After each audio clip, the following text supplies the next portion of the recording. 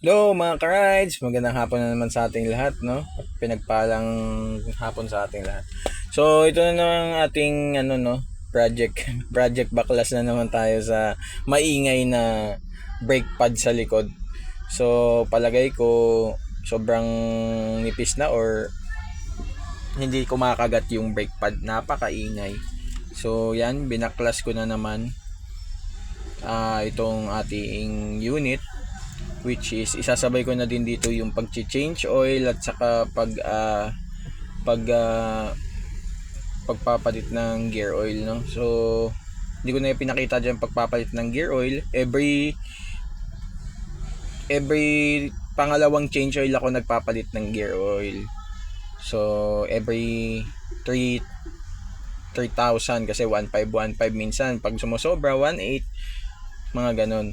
So ganon ang pagpapalit ng it's better to be safe than to say sorry, kasi pag gastusan ka, ang hirap ng makahanap ng pyesa ng dink natin, alam nyo naman yan. Sa kasa lang karamihan yan, hindi naman kagaya ng tatlong brand, no, na kahit saan meron. So dito binaklas ko na tong itong ating pipe. Makikita nyo dyan, ginamit ko yung doon sa part na yan, may pinaluluwagan kasi dyan. Yan yung sa elbow, kumakapit. Yan, pinakita ko sa inyo. Yan lang yung nag-hold dyan.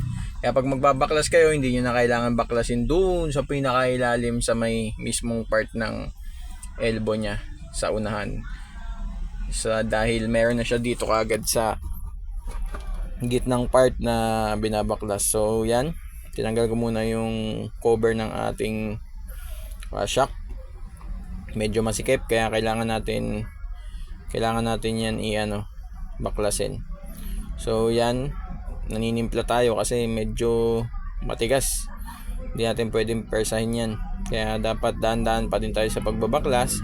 Lalo na sinasabi ko sa inyo, kapag sarili nyong unit, pag-aralan nyo baklasin, dahil makakatulong yan sa inyo pag nasiraan kayo sa kalsada o kaya anong mangyari sa unit nyo. At least kahit paano may alam kayo sa motor nyo, kahit mga basics lang, no. So yan, balik tayo sa pagbabaklas ng unit natin. At makikita nyo dyan, binaklas ko na yung kanyang brake pad, yung caliper. Yan sa unahan yung caliper pala. Itong pad na to, dyan nakahandle yan. So pag angat mo nyan, may iiwan yung dalawang brake pad dyan sa ibaba. Nakapix yun dun kasi may holder yan doon na parang tawag nito, nalimutan ko tawag doon. Basta meron yung holder doon yan nakalagay. So napakabilis lang yan baklasin, kaya kayo kayang-kaya nyo din. Hinihila lang yan. Yan, hihilain nyo lang. Yan, makikita nyo na medyo yung medyo yan, kiniskis ko ng hindi ko na pinalitan ko na agad ng bago. Pero yung pinalit ko dyan replacement lang din yan. Kinisis ko lang ng liha. Kinisis ko din ng liha yung kanina, kaso hindi ko na binalik. Pinalitan ko na siya ng bago para mas maganda. Kasi maingay na din yan eh. So lagi nyo lang i-check kung kinakalawang o kaya hindi tama yung pagkakabit. Magkakaproblema kayo nyan. Baka masira pa yung ABS nyo. Lalo na ABS yung motor natin, no. So sinabay ko na din dyan ng konting pahid-pahid ng mga linis, no. So yung gamit ko ay, kung di ako nagkakamali, size 14 ata yan. At saka pag magbabaklas kayo, dapat may pang kayo nung chain. Yung ginagamit sa chain, yung pang tawag dyan, pang pasok, yung pang lock, para maibalik nyo itong pump, itong nya, brake pad, itong saka caliper nya. Yan. Kasi nakaangat na yan. So ang better way lang dyan, kumuha ka na yan, kinuha ko ng pantakip, ibinaon. Kaso may chances yan, dahil wala nga, yung gamit ko kasi na para doon, yung pang baon dyan, nandun sa kabila. naiwan ko. So, wag mong gagawin tong ginawa ko. Yan, wag mong gagawin yan kasi mamaya di natin masabi, maputol yan binabahayan ko ng ano, yung pinang-iipit ko, no, baka maputol, mas malaking gastos. Wag yung gagawin yun. So, ang gawin nyo, bumili kayo ng pang chain, gamitin nyo yung pang chain, yung panlock sa chain sa kadena natin. Kung yung unit mo ay hindi scooter, may mga chain pa, yun ang ginagamit, pambaon. Tapos kuha ka ng kahit plywood or kahoy or bakal na manipis, iharang mo doon, saka mo paikutin para mag-lock, bumalik yung dalawang locking niya doon. In the same time, yan na, pinalitan ko na, binalik ko na yung dalawang bago.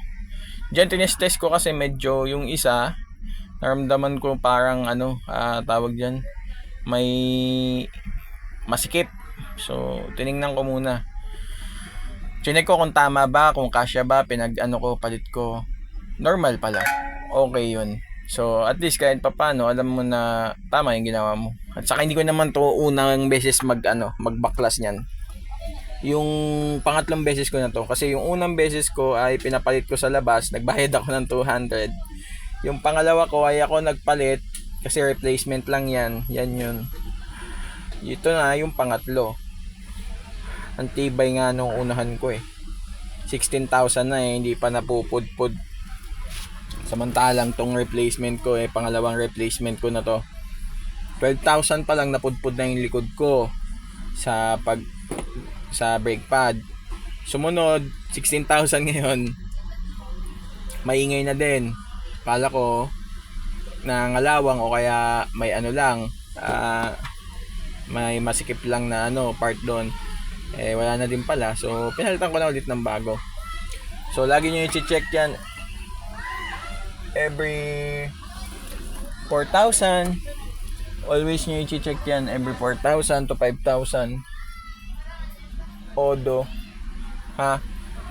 Lagi nyo i-check yung unit ninyo. Kaya, mas maganda, lagi nyo inaalagaan ang unit.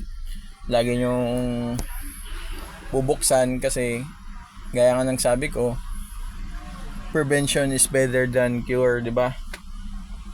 Prevent nyo na kung ano yung mga makikita nyo pwedeng mangyari. At dyan ay binalik ko na siya. Binalik ko na itong unit. Binalik ko na itong brake pad, which is okay naman yan. Papakita ko din sa inyo na walang problema yan.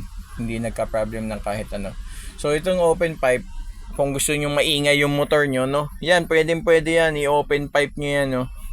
Wala kayong tambutso pag gusto nyo. Lalo na sa mga Pasko't bagong taon, pag gusto nyo maingay motor. Lalo na to si Dink, no? Kita nyo yan, open pipe yan. Napakaingay niyan. Walang tambutso. Nakita nyo yung gulong ko, stock yan. May mga lobo-lobo na. Diyan ako nagtataka Hindi ko alam ba't ganyan yung gulong ni Dink kung may ganyan din kayong problem, please comment niyo lang dito, no, para makita din natin, ma-inform kung normal ba to. Sobrang dami niyan, yung mga bukol-bukol na part ng gulong ng Dink ko. Until now, hindi pa ako nakakapagpalit. Gusto ko magpalit, medyo pricey kasi. So, wala tayong pampalit sa ngayon. Nagtitiis pa tayo. So, hindi ko naman na siya nababiyahe. Mostly nasa bahay lang yan. Hindi na din ako nakakabiyahe. So, yon, mag-change oil na tayo. Hindi ko na pinakita yung pagpalit ng gear oil. Lagi advice ko sa inyo sa pagpapalit ng gear oil, every twice magpalit. Kung may pera naman kayo at gusto nyong alagaan talaga yung inyong makina, no, every change oil isabay nyo. Pero kung budget tight din kayo, ako every dalawang palit at saka ako nagpapalit ng gear oil, no. So, ayan, diyan ko binaklas sa ilalim. 17 yan, 17. Lagi nyo hawakan sa gitna kasi pag bumaliko yung pag umoblong yung nyo, ilalim nyo, mahirapan na kayong baklasin sa susunod. Kaya dapat maingat kayo magbaklas. at yung gamit yung sizes is same doon sa size talaga, kasi pag mas malaki ng kaunti yan, kahit sabihin mong pasok yan, minsan may mga ganun, no, bumibilog yan eh. So yan, ayan, tinagilid ko. Then pang isang ano ko, pag mag-change oil kayo, tagilid nyo, i-ano nyo, simutin nyo lahat, kasi sayang din yung pag-change oil nyo if ever may matitira lang naman. So usually talaga kabilaan yan, binabaklas ko yan.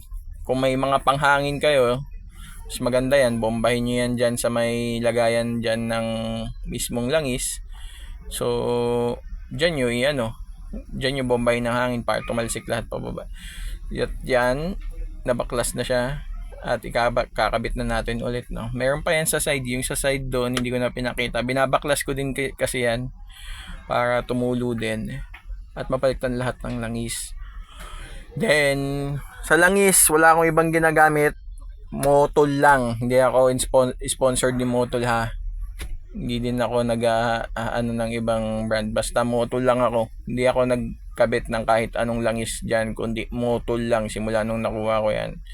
Basta basahin nyo yung guidelines at nakita nyo pwede naman yun doon sa motor nyo, bilhin nyo. Basta Motol ako, bahala kayo. Yun lang. So yan, gumawa ako ng lagayan ng imbudo, kasi wala akong imbudo eh. Kaya ang ginawa ko, gumawa ako ng sarili kong imbudo. So ayun, natapos ng pag-change oil dyan, no. At dito makikita nyo din na sabay ko na yung ilalagay yung pangtakip dyan. So tapos yan, ibabalik ko na yung ating stock na pipe, stock na tambutso. So yan, sasalpak nyo lang yan dyan, kasalpak nyo, kusa nang umahawak yan doon sa kanya yung mismong kung saan nyo siya sinalpak. Pero lagyan nyo pa din ng bolts bago kayo mag-fixing sa ibang parts. Kaya lagyan nyo ipipix dyan yung ibabaw agad, pero wag nyo isasagad sa fixing. Dapat pagka tapos ay taas, pag mo munang i-finish mga kalahati, bumaba ka naman, ikot-ikot lang para pantay-pantay pag nag-lock. So yun, nakita nyo naman yan. Hindi ako nagkakamali, number 19 ata yan, or 17. Basta check nyo na lang. Bumili na kayo ng buong set, simula 24 hanggang pinakamaliit na range. Makikita nyo yan, tinesting ko na kung kumakapit na yung preno. Kita nyo kumakapit to, nag-i-stack, tawag dyan, nagpe-preno na. So yan, pinakita ko sa inyo yan, bilog-bilog. Hindi ko alam kung saan galing yan, at hindi ko alam kung bakit nagkakaganyan yung stock na gulong ni Dink R150. So kung may ganyan din kayo, share nyo para may idea tayo kung normal ba yan sa atin. Pero hindi ko alam, stock pa din kasi yan. So yun, kita nyo naman yan. Sa likod na part lang yan, sa unahan okay lahat ng gulong, tanging likod lang. So hindi na tayo nag-concern ng kung ano-ano sa dyan. Basta yan, babalik na natin yan sa zero lahat. Yung 16,000 yung tinakbo natin, no?